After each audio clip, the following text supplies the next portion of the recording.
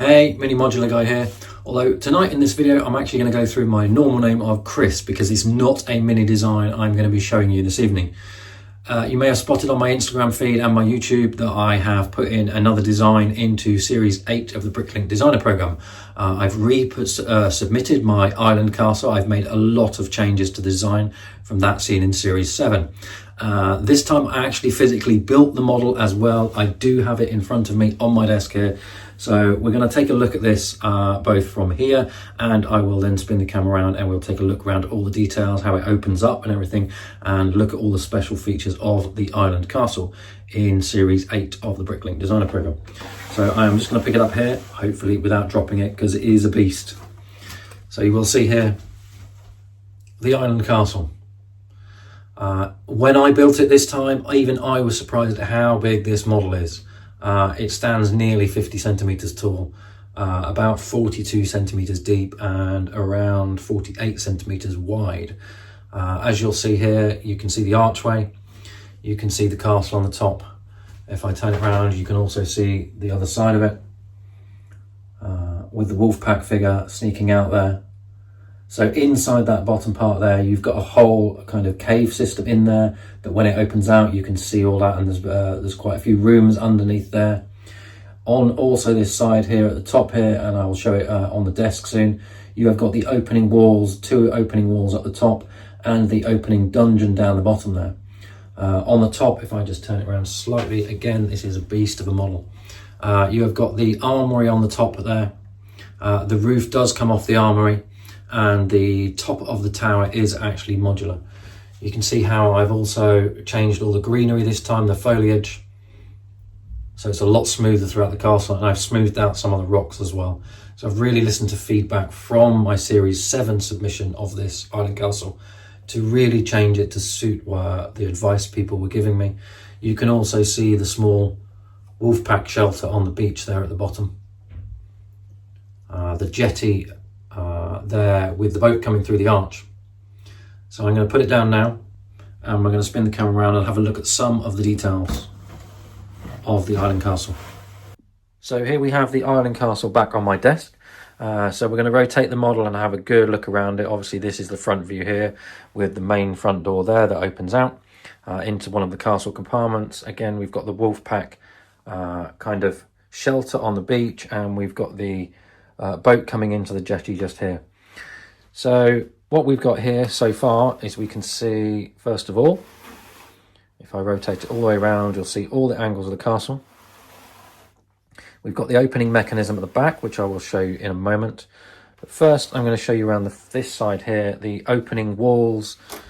We've got the first one at the top here, leading into the kind of bedroom area of the castle. We've got the second one down here, leading into the kind of kitchen and dining area of the castle. And then we've got the third wall that just opens out down here into the dungeon. This is one of my redesigns from Series 7 in that I brought the dungeon into the main Line Knight's castle area rather than for the wolf pack underneath. So I basically changed the side of the opening for that particular dungeon. You can see one of the wolf pack characters coming out there. So we'll just shut those back up again. And we're going to go around to the back again. So I can now show you the hinge mechanism at the back. So the hinge mechanism is at the front, but the opening mechanism at the back. And I've designed it so that if essentially you put one finger there and one finger against that one, and it will just pop open. And if we open it up here, you can see inside the castle now as well.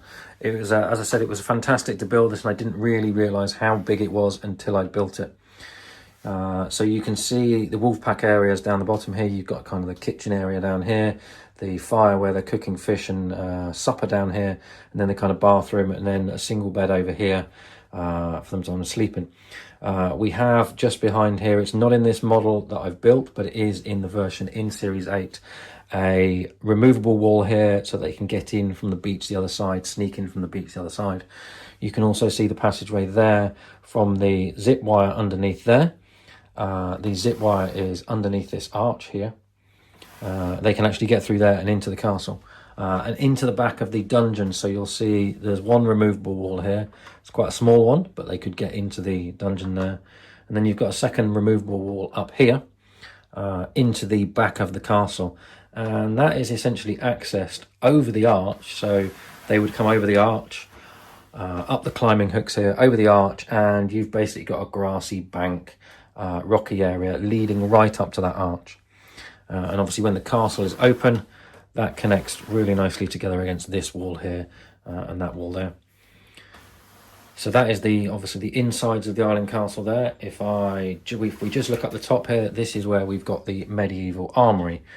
You will see in the images on the website as well, and a couple of my animations, this top tower is modular, so it will come off, and you can see that there's a kind of treasure tower there.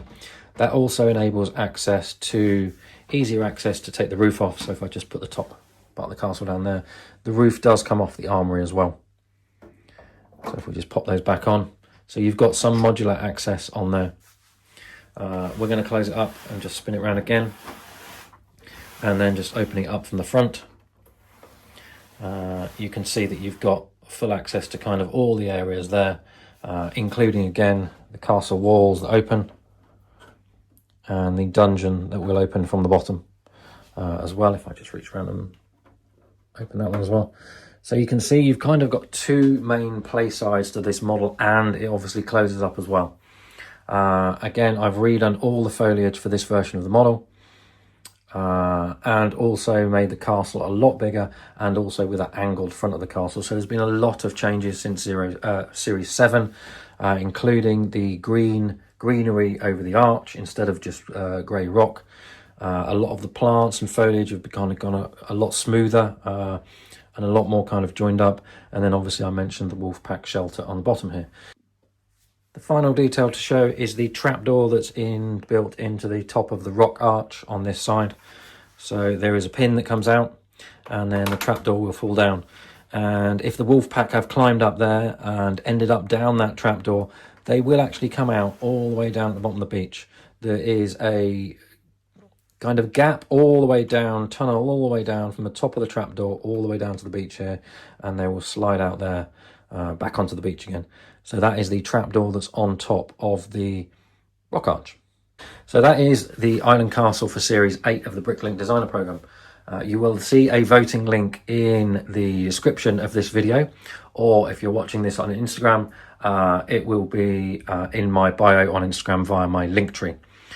Voting is open till the 16th of May, so you've got around another 8 days left of voting. Please do vote for this one if you do want to be seeing this become a set that you can buy and build yourself. Again, it was a fantastic build, and I really didn't realise how big it was until I'd actually built it. It is a really, really well built, chunky, stable model this time for Series 8. So please do go and vote for the model.